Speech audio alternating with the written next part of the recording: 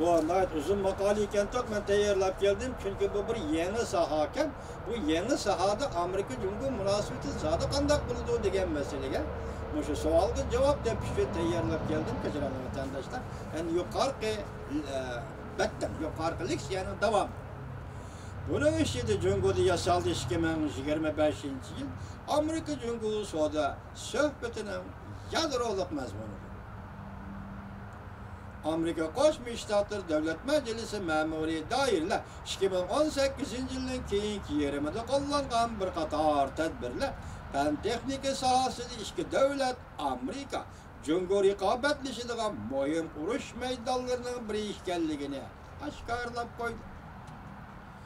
2018 yılı 8. ayda Amerika Qo'shma Shtatlari Davlat Majlisi chet el mablag' solg'uvchilarning xatirini tekshirish yeni qonun loyiha ma'qulladi. Onu oshkorlab qo'ydi emas, oshkorlab berdi deb tuzitib o'qigan vatandash. Qonun loyiha ma'qulladi. Bu qonun loyihada chet el mablag'ini tekshirish komiteti fan texnika sohasiga mablag' selishga aloqador sohalarda chet el mablag'ini tekshirishga alohida huquq berdi. Amerika Qo'shma Shtatlari Savdo ministrligi nihoyatda tez orada yana balki asosi qurilish texnikasini yo'lga qo'yadigan yangi eksport cheklamasini yo'lga qo'ydi. Savdo ministrligining qo'l ostida sanoat va bexatarlik idorasi 11 ayning 19 kuni Amerika hukumati planlayotgan 14 soha bo'yicha boshqarish tizimining vakillik xarakteriga ega yangi gullangan texnik tizimliga sun'iy iqtidor nozik bir taraf qilish asboblari texnikasi ilg'or hisoblash mashinasi texnikasi mashina adam 3D nusxalash mashinasi yalnız uçuriye kullanılmış atom uçuri ilg'or materiallar ve biyologiyalik texnika sahalarını öz işçiga alıp 11. ayının 1. günü Amerika'nın Adliya Ministeri Seys Cumhuriyet iqtisod jasusluq faoliyatlariga qonun ijro qilish planini chiqardi. 12. ayda Adliya Ministerligi Cumhuriyet 2 nafar hakimning Cumhuriyet davlat bexatarligi ministerligining ko'rsatmasi bo'yicha 12 davlatning aqli mulk huquqi va savdo maxfiyatligini o'g'irlaganligi sababli Amerikada qo'lga ayblandi. Cumhuriyet Huawei şirketi 5. avlod texnikasi Amerika Jungo pan texnik suvoq munosabatlar urushining bo'ron eg'izida to'rayotidir. 2018 yılı Jungo'nun uçur aloqa şirketi Huawei suvoq munosabatlar urushining bo'ron eg'iziga chiqdi. Kichik mavzu. Huawei yaqinqi yillardan beri 5. avlod uçur aloqa texnikasini faol taraqqiy qildirib Jungo'da yasaldi. 2025 yil planida muhimning ichidagi muhim o'ringa ko'tarildi.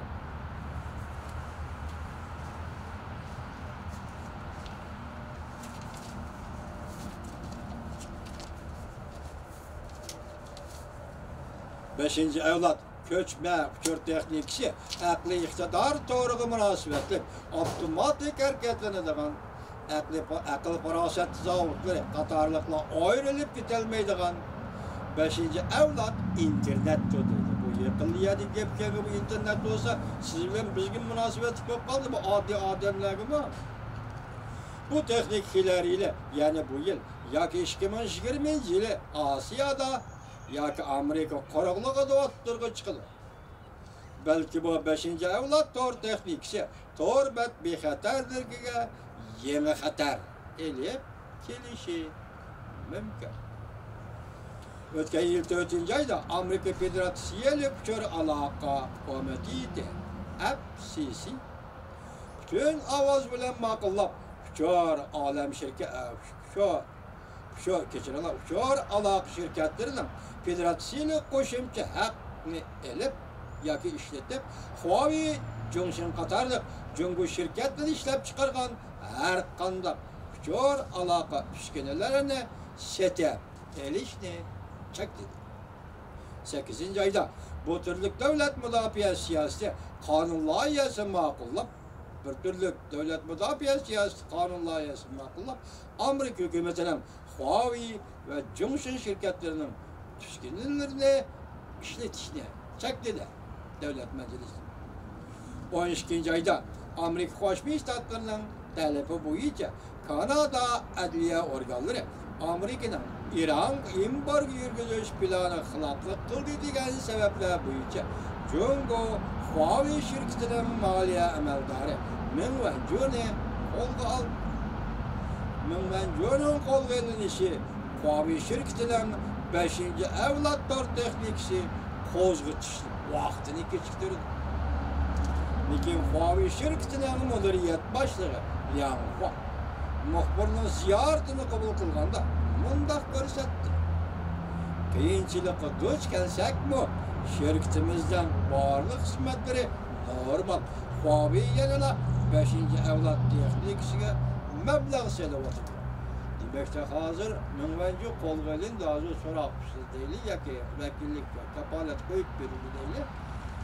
Eğer bunu kandan bir taraf bulta hazır enik emas bu. Şundak şaraitim hazır Huawei şirketi işleve çıkıyor degende. Ben texnika lagerden kayıt ayrılışı.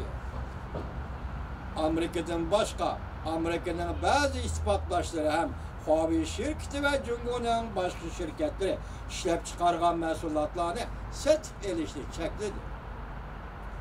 2018 yılı 8. ayda Avustralya hükümeti devlet bir haterliğini sebep kılıp Huawei, Johnson şirketleri katlaşkan 5. evlat torbetleri kuruluşunu toxtattı.